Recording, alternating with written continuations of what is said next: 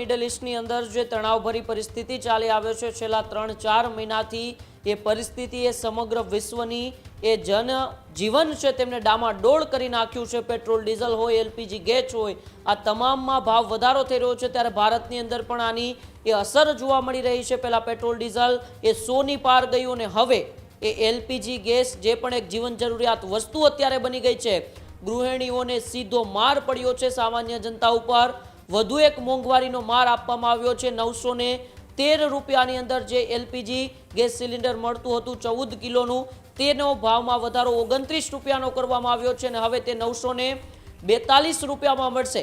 એટલે કે ફરી એક વખત પેટ્રોલ ડીઝલ બાદ એલપીજીના ગેસમાં એ વધારો કરાતા હવે ગૃહિણીઓ અને સામાન્ય જનતા ઉપર આ મોંઘવારીનો માર એક વધુ એક પડવાનો છે.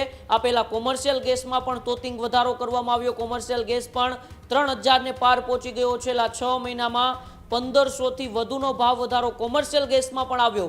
ત્યારે પણ ચર્ચાઓ હતી કે શું હવે આવનારા દિવસોની અંદર એ ઘરેલું જે એલપીજી સિલિન્ડર છે તેમાં ભાવ વધશે કે નહીં, પરંતુ હવે એલપીજી સિલિન્ડર જે ઘરેલું વપરાશ માટે વપરાય છે તેમાં પણ ભાવ વધારો કરી દેવામાં આવ્યો છે. છેલ્લે 7 માર્ચે એટલે કે 3 મહિના પહેલા 60 રૂપિયાનો વધારો કરાયો હતો, અને હવે 3 મહિના બાદ સીધો 29 રૂપિયાનો વધારો કરાવી દેવામાં આવ્યો. એટલે કે છેલ્લા 3 મહિનાની અંદર 90 રૂપિયાનો વધારો છે તે એલપીજી સિલિન્ડરની અંદર કરવામાં આવ્યો છે.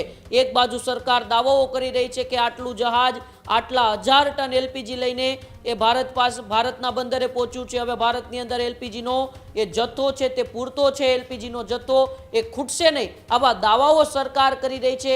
અનેક દ્રશ્યો પણ આપણે જોયા છે, પોરબંદર હોય કે કચ્છ હોય, જ્યાં એલપીજીનો જથ્થો લઈને ટેન્કર છે એ આવતા હોય છે. તેમ છતાં એલપીજીના ભાવમાં વધારો શા માટે કરવામાં આવ્યો છે? ગૃહિણીઓને હવે વધુ એ ઘરનું બજેટ છે એ ખોરવાઈ જશે, કારણ કે 30 રૂપિયાનો આ વધારો ખૂબ મોટો વધારો કહેવાય છે. કારણ કે લગભગ ભારતની અંદર હવે તમામ ઘરોની અંદર એલપીજી સિલિન્ડરનો વપરાશ થાય છે. જોવાનું રહેશે કે આવનારા સમયમાં યુદ્ધની સ્થિતિથી ભાવમાં હજુ વધારો થશે કે પછી કેન્દ્ર સરકાર અને રાજ્ય સરકાર સાથે મળીને એલપીજીનો જથ્થો છે એ બહારથી વધુ લાવીને આ મોંઘવારીના મારને ઓછો કરશે. હજુ સુધી તમે અમારી ચેનલને સબસ્ક્રાઇબ નથી કરી તો અત્યારે જ ન્યૂઝરૂમ ગુજરાતને સબસ્ક્રાઇબ કરો, ફેસબુક અને ઇન્સ્ટાગ્રામ પર ફોલો કરો.